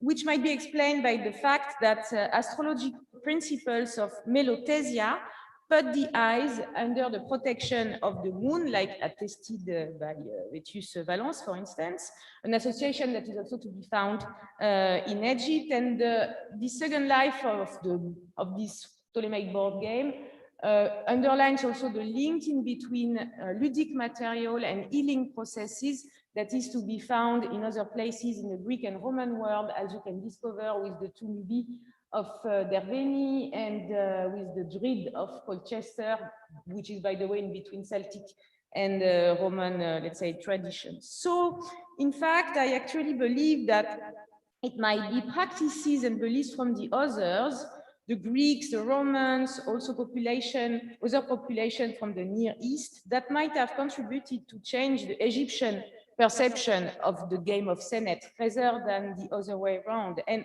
it's quite logical because you find, of course, Greco-Roman games on the territory of Egypt in many places, in Komeldika, of course, as our Polish colleagues know, also in the fortresses of the Eastern Desert, as you can see, where the classical games, let's say, are obviously played by Roman soldiers, but also in maybe more interactive, let's say, places like in Temple of Luxor or in Temple of Komombo. I think, in fact, I sent you the wrong version of my PowerPoint. This is why it's strange. Anyway, that's okay. Where either the Egyptian in these spaces could have played these games or at least witnessed them. So we can even go further in this influence concerning the impact of this interaction, let's say. Note that the games can be linked in general with divination and oracles, either in the East, in the Near East, or in Mediterranean. And for instance, here you see the temple of Apollo in Claros, where oracles were rendered thanks to knuckle bones. So a ludic material that is at the same time used for oracles, divination, and play, the whole thing being linked with fate, with divine will, and also with divine agency. It's also something that we know from Seleucid Babylonia, for instance, with this famous tablet that escaped at the British Museum, where an astronomer explains the rules of the 20 squares, and at the same time, how to use it for divinatory purposes, linking each square with zodiac signs. And it's also the case in the Greek world, attested in some texts like Jean Malalas. And you see that the board is the earthly circle, the 12 squares are the zodiac, and the dice tell the fortune. So as long as in Greco-Roman Egypt, we know that look-alike ludic material can be used for divinatory purposes, like this dice.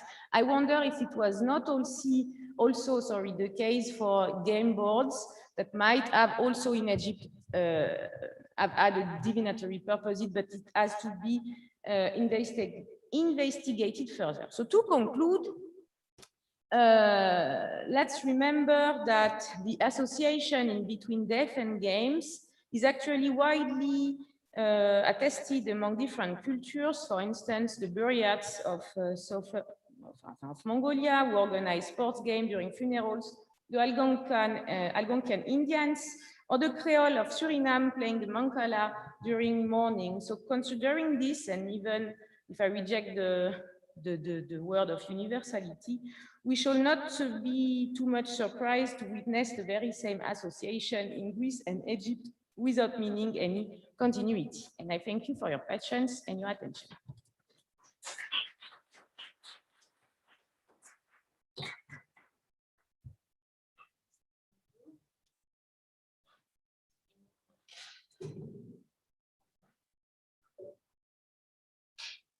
Thank you very much. So I think it's now time to move on to the discussion. Shall I start with the first speaker? So are there any questions for people?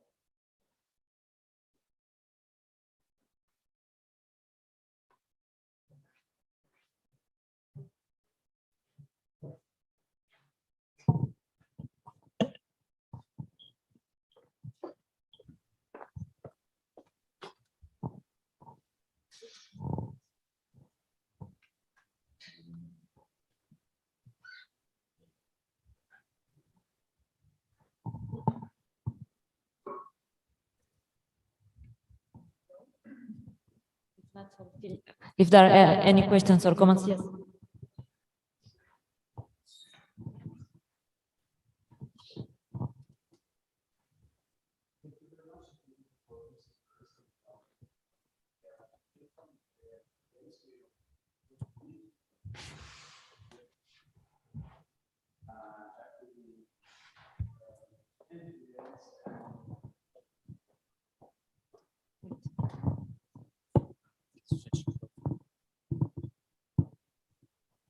Okay, so I restart. Okay, thank you, Filippo, for this interesting lecture. Actually, I'm interested in the history of foreign communities who lived in Egypt, and actually in the Bibliotheca Alexandrina, we accomplished a long-term project about the use of foreign writings in Egypt, and of course the Korean was one of them. And we were wondering how the ancient Egyptian were tolerant or allowed the foreign communities to use their own writings inside Egypt and to write down their own accounts. So my question is based on the existence of the two serapeums, one in Saqqara and one in Alexandria.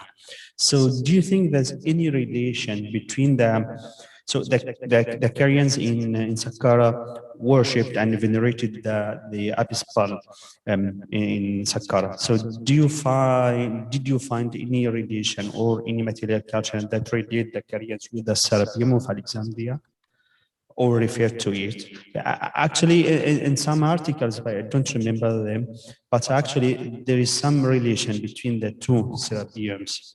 So did you find any material culture for the Carians? Thank you.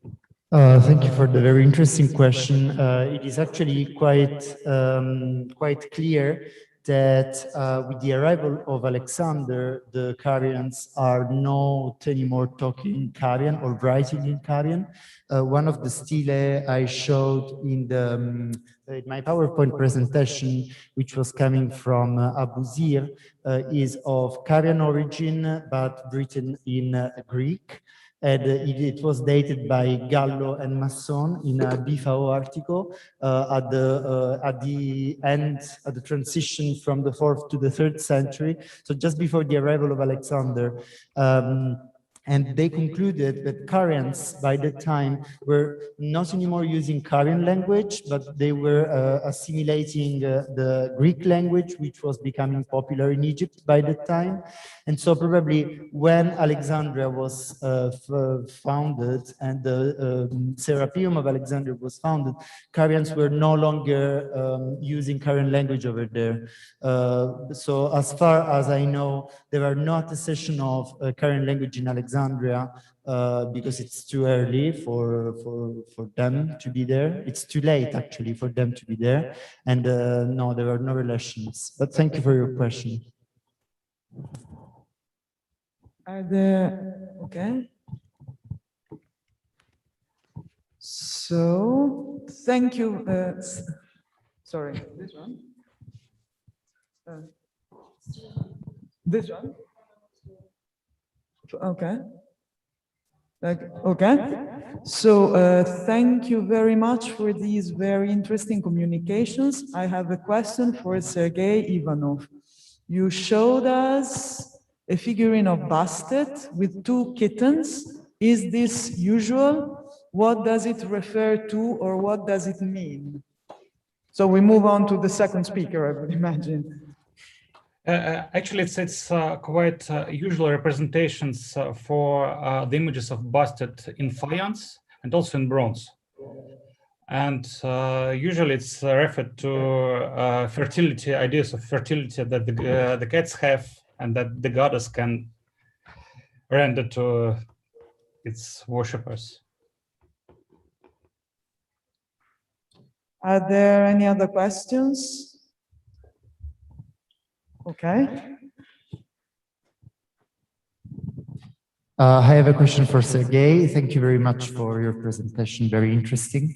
I was wondering if you had found some burning traces on the fragments, because you mentioned the pouring of water on the altars. I was wondering if you have noticed also burning traces as if they were used as incense burners. And also I was wondering if you had found typically Egyptian incense and altars, incense burners and altars in your excavation. Thank you. I think it's a very good question. In fact, unfortunately, the state of preservation of the fragments we find is quite poor. Therefore, normally we have just small fragments, and we don't have any traces of burn at all on the fragments I showed, and or any traces of use at all. But I would say that that's just because we have two small fragments. And as to traditional Egyptian altars, no, we didn't have found any. That's also quite interesting. Perfect. So anyone else? Sure. Thank you, Filippo, for your interested lecture. So I would like to know, as you mentioned, a lot of Carian materials were found in Memphis, thanks to the trade movement, maybe. But what about the first Greek colony in Egypt, Naucratis? Did you find any Carian materials in this city? You know that Greek is living as well in the same period in this city. It was already an important colony in Egypt during this period.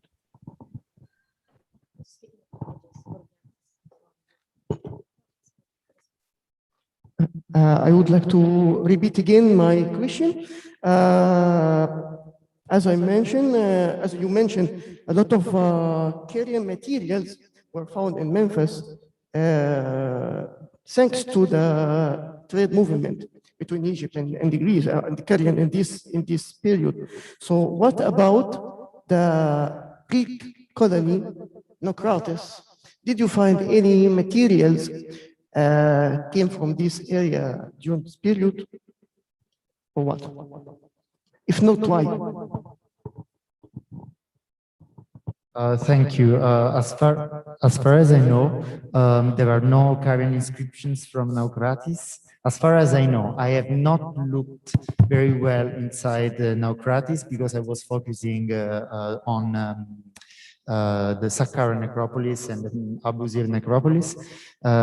So as far as I know, there are no Carian inscriptions in Naucratis, but also because Naucratis was a Greek emporium and the Carians were not that welcome, I think. As I said many times during my presentation, the military camps, when they arrived in Egypt with Psametic I, the military camps were separated.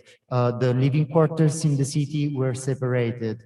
So the two communities, I think they pretty much wanted to be distinguished and separated at the beginning at least, because later on we will see, as I said before, Carians were losing Carian language and taking up Greek language. So at a certain point, they started intermingling between each other and they lost the interest of being separated. But I should definitely look more into Naucratis and see what happens there, because I am not completely sure of the absolute absence of Carian material.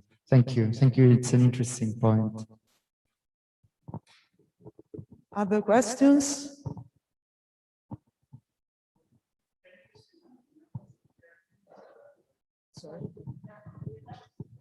Okay. Can you estimate the number of Koreans in Memphis? Can you estimate the number? No, we don't. That would be an interesting datum that we would have, but not having the cemetery and not having the quarter either. Without the quarter, the living quarter of the city, we cannot estimate the number of Carians. As far as I know, the sources don't mention the number of mercenaries which were brought to Egypt from Psametic I. So it is very vague, but no, we cannot for the moment.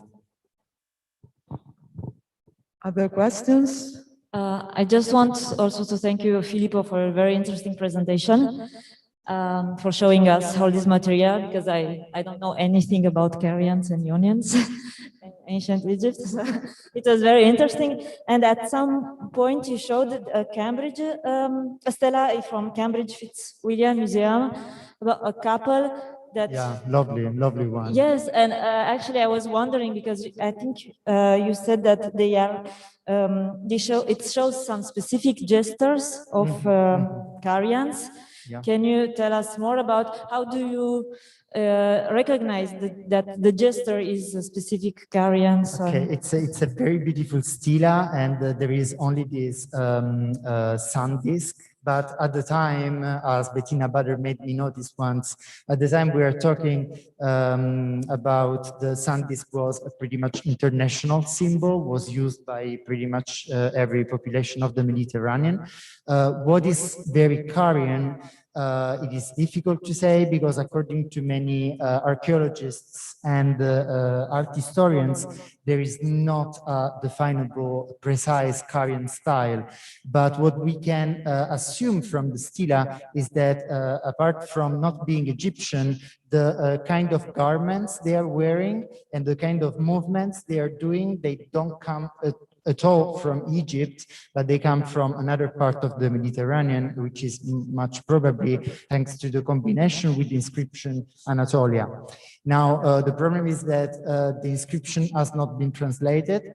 It has been deciphered, but we don't know what it says. So as far as we can know, maybe it's a divorce stela, so they're divorcing, Really? but we cannot know it. Yeah, I know. So the gesture is indeed communicating affection between the two. So we can pretty much imagine they were a couple, but then were they a couple living in Egypt, or the wife was living in Anatolia, because the stela was dated pretty early, was dated at the 6th century. So Carians were there since a couple of decades, not more.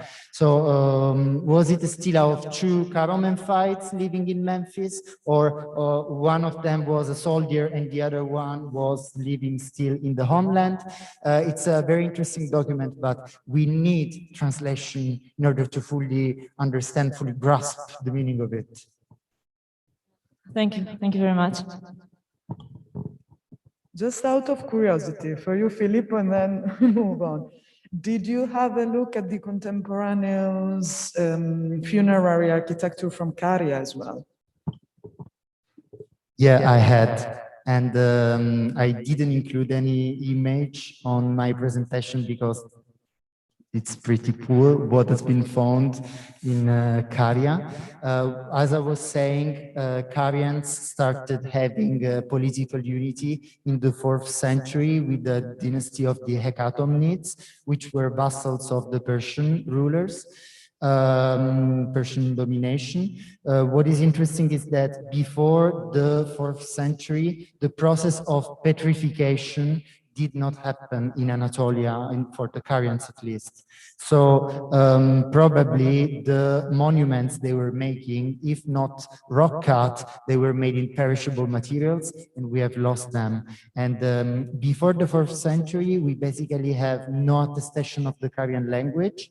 So that's why the corpus from Egypt is so interesting, because it really constitutes the biggest part that we have of the Carians for that period before the 4th century. And the other thing is that, yes, indeed, stelae were used in funerary architecture, and they were outside the tombs or just above the stone-cut sarcophagus where the deceased was buried.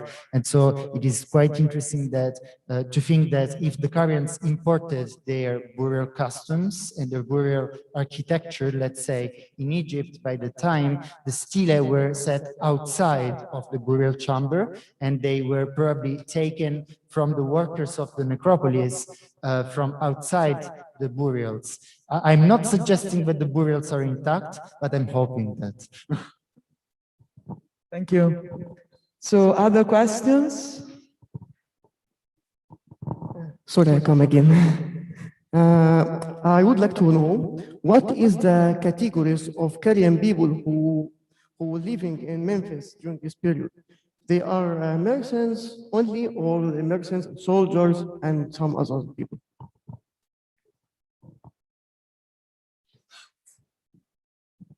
Yeah, good question. They are mercenaries. We don't know of Carian merchants, and also Carians did not have by the time a specific material culture. They were, if looking at Carian pottery from Anatolia, Carian pottery is imported from Attica and from Ionia, so they were taking up things from the other people. We recognize it is Carian if there is an inscription, otherwise we cannot recognize it. What is also interesting is that if they were mercenaries which came to Egypt, and we know that they were literate mercenaries who were able to write. And this, according to what has been always thought about soldiers, it is not always the case. But in the case of the Carians, they were pretty much skilled. We have seen from the wealth of epigraphic material that they have left that they liked writing up things on their monuments. So it is an interesting category of literate soldiers. There is a question for Victoria. So from Catherine Defenet, thank you for the very interesting communications. Also thank to Victoria for her interesting and good talk. Tel El Hair has provided the same material, and I have a question. Do you have a fine stratigraphy to determine an evolution of certain categories of fine vessels, Achaemenid bowls, for example, or globular jugs? Yes, thank you very much for the question. Unfortunately, we have a quite good dating for these objects, but for this moment, as far as I know, we don't have the fine stratigraphy to make some evaluation of these vessels. Probably also Sergei can tell anything about that, because yeah, as far as I know, this is not the case of our site, because part of the material comes from mixed layers, because the Komtuman during that time was, as far as I understand, there were some robbers or people who were building, some new structures, so the stratigraphy is quite unclear sometimes. Probably in future we can make some evolution of the shapes. For this moment, I've tried to do an evolution for Komtuman and it doesn't work. Or probably something can tell Sabine Lamel, but yeah. In future, she will have a book about Komtuman, so probably it will have some evolution of the shapes on our side. Are there other questions for the speakers or in the chat? Okay. Thank you for all the speakers. And indeed, I have a question for Dr. Filippo and Victoria and Marie-Lise. I think the pattern of exchange and cultural intercourse on this last millennium BC, we are still in the framework of John Portman, Greeks over the seas. And the ongoing excavations and archaeological investigation is adding new and more interesting material for what we know about the interaction in the Eastern Mediterranean. My question is, according to the technique, how can we judge if this object is imported or imitated in another center, for example, in Greece mainland or in Egypt, like Euphrates or other settlements? I want to mention, to remind you, the ice from the Heraium of Samos. Where bronze and wood were used, the object was labeled Egyptian. When the object was made in one material, not the Egyptian technique, it was labeled imitation or Greek manufacture. Especially for the Senate game, Marie-Lise Arnett showed us pieces discovered in the Athena Elesos temple in Rhodes. Thank you. Who wants to comment first? We start from where? Okay. Thank you for the question. As Victoria has shown in her presentation, Egyptians were using their material to imitate foreign style pottery, and then they were painting it because it was not looking pretty much because of the wear. So to determine if an object has been made in the place or it is an imitation, of course, we are reliant on ceramologic analysis, and when it is possible, petrographic analysis, when it is possible, I say.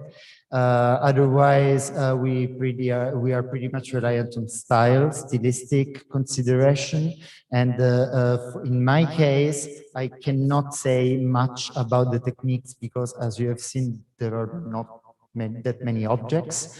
Apart from, for example, the Lekitos, which I have shown, which definitely comes from Attica for the style, for the kind of the baking of the pottery as well. But also what is interesting is that, for example, when it comes to the stele were definitely made with local limestone, but probably they were produced by non-Egyptian artists. And it is pretty much the same with the pinakes, with the paintings which were found. They were made with local wood and painted by non-Egyptian artists. So we're reliant on many considerations, and we must be very careful when we say this is Egyptian made in Egypt or this is an imitation. But I think Victoria could add more to this subject. Yes, thank you very much. Yeah, it's true that technique features are very difficult to determine sometimes, especially when we're speaking about clays. So the amphora which I show you is certainly made of Egyptian clay, Nile sealed clay. So here we are sure that it's Egyptian imitation of import production. If we're speaking about fine wares, of course, it's. I said that it's made of marls, Egyptian clay, which has light colors, which burn to light colors. But sometimes we, with my colleague, sometimes we have very interesting fragments which we are not sure that it's Egyptian production, and it made of something similar to Egyptian clays, but sometimes it has some strange features which is not typical for Egypt. So yes, it's in terms of pottery, sometimes we need to do some special analysis like petrographic analysis, which is a bit complicated. Yeah, to analyze techniques for pottery, if it's not handmade in the late periods, you know, the wheel, the potter's wheel, so was widespread over Egypt and Near East and Greek territories. So it's difficult to say to distinguish it. So they all use to produce the potter's wheel. They use potter's wheel for production of the pottery. So in this case, it doesn't work, as far as I understand. So this is a very good question, and I think in future probably we will know more about materials which they use and techniques, inshallah. Sorry, if you could please repeat the question for Marie-Lise. The pieces, the Senate pieces found in Rhodes, if I remember well, they were made from faience. The Senate game, which were found in Greece, mostly from in Rhodes and other places. In the temple of Athena, Elissos in Rhodes. Yes. Thank you. So thank you, Dr. Ashur. Maybe I have not made myself my point very clear. There is no Senate game that has been found in Greece. No. But playing pieces, yes. So if the question is, are they Egyptian or not? We don't know because okay. Study of games is already something that is not as much spread as it should be. Alhamdulillah, we have Locus Ludi to do better on that. And the last ones of the last ones are the playing pieces, which is a pity because in fact you find these objects everywhere in all sites, and nobody seems to be much more interested in them. So for that, except us, for that reason, there are not a lot of like exploration of the materials or the techniques that could help to know where the things come from, maybe, because as I said, except for special cases, the forms they have are mostly the same, and as long as the boards are sometimes made, a lot of times made in wood, they disappear and they remain the only the only remaining pieces, let's say.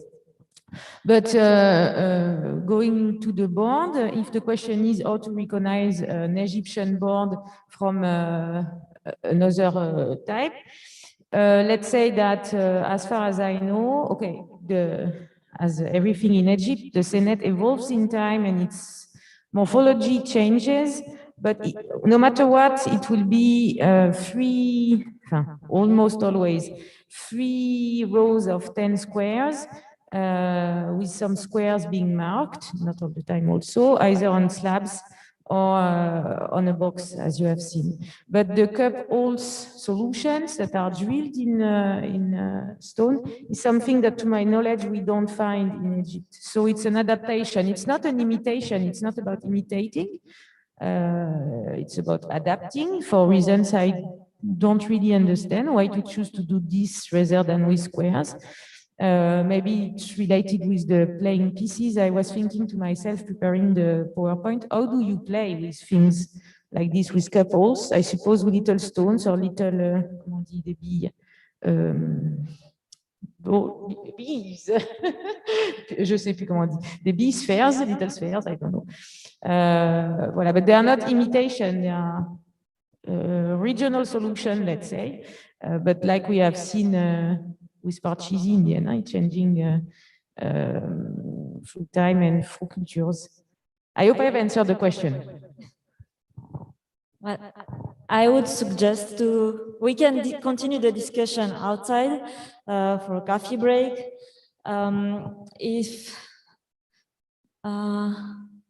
Okay, maybe if you, there is one small question for Marie-Lise. Well, it's not that small. So if pieces of the Senet are found in a temple or elsewhere, we lose the funerary aspect. So what is the meaning? Again? If the pieces of Senet are found in a temple or elsewhere, we lose the funerary aspect. So what is the meaning? Absolutely, absolutely. And anyway, this funerary aspect, as I try to show, is not to be too much underlined for the first millennium. In the cases we have seen in Ialisos, I think Skoniedele proposed that it could be a merchant coming from Egypt and finally deposited the playing pieces in the temple, and that these playing pieces were finally put in the deposit. In fact, we know absolutely nothing. But for sure, to have game board in temples, it's something we have, for instance, in the temple of Inshushinak in Susa. By the way, 12th century BC, by the way, 58 old game boards, meaning Egyptian game boards. And it has been proposed that they here again can be linked with divinatory practices, just like I have shown concerning the temple of Apollo with the knuckle bones. And we have a few examples in Egypt, but not in context. François Leclerc was sweet enough to mention me quite recently a Senet board in the vicinity of the temple of Amun in Tanis, which interested me to the most, but it's not really in context. But I think when you have games in general connected with temples, it has to do with divination, oracles, or astronomy, astrology. Thank you, Marie-Lise. And thank you also for your wonderful presentation. I will keep maybe some questions for you for the final discussion or for the coffee break. So we'll have a small break, maybe of 20 minutes, if it is okay for everyone. We are a little bit late, I'm sorry for that. So, and we will be back in like 20 minutes.